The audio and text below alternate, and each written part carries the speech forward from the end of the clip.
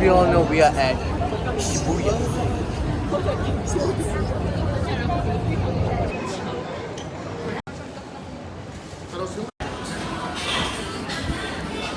நீங்களே பார்த்துருப்பீங்க நிறையா இடத்துல சுற்றி பார்த்து ரால் தான் நிற்குது. இப்போ பார்த்தீங்கன்னா அந்த அளவுக்கு பெரிய எப்படி சொல்கிறது ஜப்பான்ரா அப்படின்னு சொல்ல வைக்கிற மாதிரி எதுவுமே நானும் பார்க்கல ஆக்சுவலாக. உண்மையிலே அந்த மாதிரி லைக் படுறா ஜப்பான் இதெல்லாம் இருக்குடா அந்த மாதிரிலாம் கொஞ்சம் விஷயங்கள் உள்ள உதாரணத்துக்கு கக்கூஸில் போகிறப்ப பட்டன் அமுக்கிற மாதிரி சிஸ்டம்லாம் இருக்குது. அப்புறம் வந்து இந்த ஏர் வந்து பார்த்திங்கன்னா அதுவே காற்று அடிக்கிறதுலாம் இருக்குது.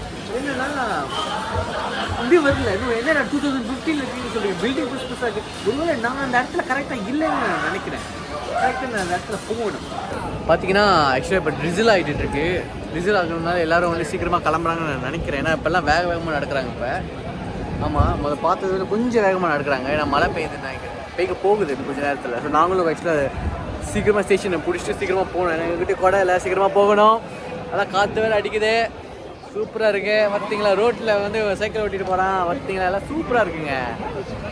வாங்க ஜப்பானுக்கு வாங்க. ஆக்சுவலாக வாங்கன்னு சொல்லிட்டு நீ காசு கட்டுற அப்படின்னு கேட்பீங்க. பட் உங்களால் முடிஞ்சுன்னா ஜப்பானுக்கு வாங்க. நிறைய விஷயம் இருக்குது பார்க்குறதுக்கு. பட் என்னென்னா நான் இன்னும் கரெக்டான ஒரு இடத்துக்கு போகல. என்னென்னா இடத்துக்கு போனால் தெரியும் ஜப்பானில் என்னடா இன்னெல்லாம் இருக்குது அந்த மாதிரி இன்னும் வியந்து பார்க்குற அளவுக்கு நான் இன்னும் பார்க்கல. அதுதான் நான் சொல்ல முடியும். என்னோட ஹானஸ்ட் ரிவ்யூ நான் அதான் சொல்ல முடியும். ஸோ அது என்னென்ன பார்த்துட்டு நாளைக்கு போகலான்னு நான் இருக்கேன். ஏன்னா அதுக்கு தான் நாங்கள் வந்தது. அது பார்க்கலன்னா அப்போ வேறு என்னத்தை பார்க்கணும்.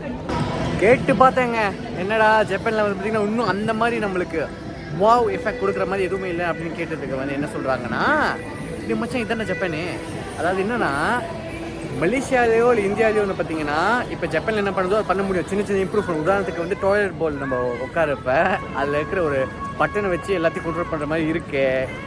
அப்புறம் வந்து வெளியில் வந்து பார்த்திங்கன்னா போகிறப்ப அந்த குப்பையெல்லாம் வந்து பார்த்திங்கன்னா குப்பைத்தொட்டி அவ்வளோவா அதிகமாக இல்லை. குப்பைத்தொட்டி ரொம்ப குறைவு. அதனால் அது வந்து குப்பையை நீங்கள் குப்பைத்தொட்டியில் போடணும்னா அதை வந்து டிஃப்ரென்ஷியேட் பண்ணி வச்சுருக்காங்க 5 விதமாக. அதை எஃபிஷியண்டாக பார்க்குறாங்க. ரோட்டில் ஒரு குப்பை நீங்கள் அவ்வளோவா பார்க்க முடியாது. பாருங்கள் பார்த்தீங்களா அவ்வளோ குப்பை பார்க்க முடியாது. ஸோ என்னன்னா இன்னும் நிறையா இருக்குது. லைக் எல்லாமே ஹைப்ரிட்டில் தான் மோஸ்ட்லி இருக்குது. வண்டி போகிறப்ப சத்தம் இல்லை. ஹார்ன்லாம் வந்து பாய்க்கிறாங்களா இல்லை ஹார்ன் இருக்கா வண்டியில் அப்படி இருக்குது. ஸோ அந்த மாதிரி இருக்கிறப்ப கேள்வி என்னென்னா ஜப்பானால் பண்ண முடியுது நான் மற்ற நாடால் பண்ண முடியல அதே டைமில் இல்லை. அதுதான் சொல்கிறாங்க. என்னென்னா மற்ற நாடு பண்ணுறது டைம் எடுக்குது. ஆனால் இந்த நாடு வந்து பார்த்திங்கன்னா சீக்கிரமாக பண்ணுது. அதனால இது வந்து லிவிங் 2050 அதுதான் அவங்க ரீசனாக சொல்கிறாங்க. அதாங்க இப்போ நாங்கள் கிளம்புறோம். பார்த்திங்கன்னா இப்போ க்ராஸ் வாக் இருக்குது. க்ராஸிங்கு எல்லாம் அங்கே தான் பார்த்திங்கன்னா எல்லாம் க்ராஸ் பண்ணுவாங்களா. அது வந்து ஆக்சுவலாக ஒரு பெரிய ஒரு கல்ச்சர் மாதிரி வந்து ஒரு விஷயமா அவங்க பண்ணிகிட்ருக்காங்க. என்னென்னா லைக் நமக்கு தெரியும் இந்த ஜப்பான் இந்த டோக்கியோ வந்து இவ்வளோ ஒரு மெட்ரோபாலிட்டன் ஒரு ஏரியான்னு. ஸோ மெட்ரோபாலிட்டன் சிட்டி ஆக்சுவலாக. ஸோ அந்த மாதிரி இருக்கிறப்ப எல்லோரும் வந்து கூடுறப்ப வந்து பார்த்திங்கன்னா ரொம்ப நேரம் நின்றுட்டு இருக்கிறப்ப எதுக்கு நிற்கணும்னா வண்டியெல்லாம் க்ராஸ் பண்ணுறதுக்கு இவங்க வந்து நின்றுட்டு இருக்கணும். வண்டியெல்லாம் நிப்பாட்டிட்டு இருக்கிறப்ப அப்போ தான் இவங்க க்ராஸ் பண்ணுவாங்க. க்ராஸ் பண்ணுறப்ப அவ்வளோ பேர் க்ராஸ் பண்ணுவாங்க. அதனாலே வந்து பார்த்திங்கன்னா க்ராசிங்னு சொல்லுவாங்க.